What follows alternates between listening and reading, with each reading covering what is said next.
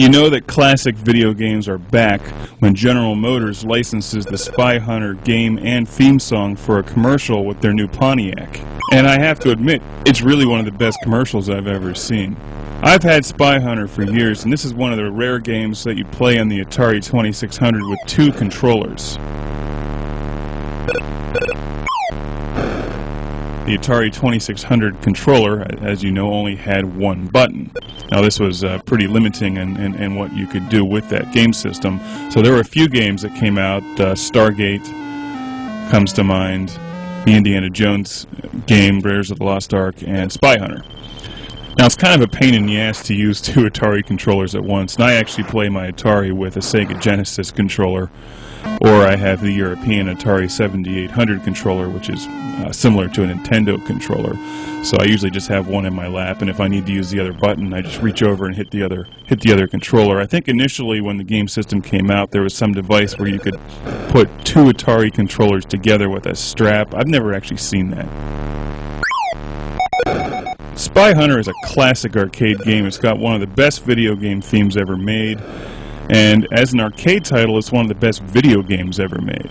I don't think the Atari 2600 version lives up to the magic of the arcade classic, the stand-up arcade version. But, you know, what are you going to do? When you were a kid back in the 80s and all you had was an Atari 2600 and you wanted to play Spy Hunter, this was the version you got. Revisiting it, it's challenging and frustrating because you can't shoot things in front of you at close range because they explode and then your car blows up in their explosion. So shooting things is very difficult. I don't remember it being that hard in the arcade. And the Spy Hunter mobile turns into a speedboat. Let's see the Mach 5 do that. We have a variety of cars. Of course, you have the standard cars, you have the cars with spikes on the side of them, you have the blue cars, which are armored cars, and you have to run them off the road. You can't machine gun them. You have a variety of special weapons that you get in your Knight Rider style 18-wheeler truck, like the smoke screen and the oil slick. Although your smoke screen and oil slick just make the enemy cars explode into pixels.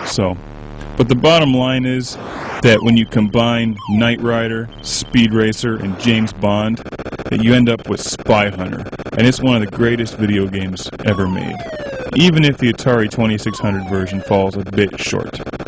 Now what came first? Was it Speed Racer or Spy Hunter? I think Speed Racer was first. The Spy Hunter car does look a lot like the Mach 5, which would make this game even cooler because then you know that Trixie and Chim Chim are in the trunk of it. And that should make you feel good every time that car explodes.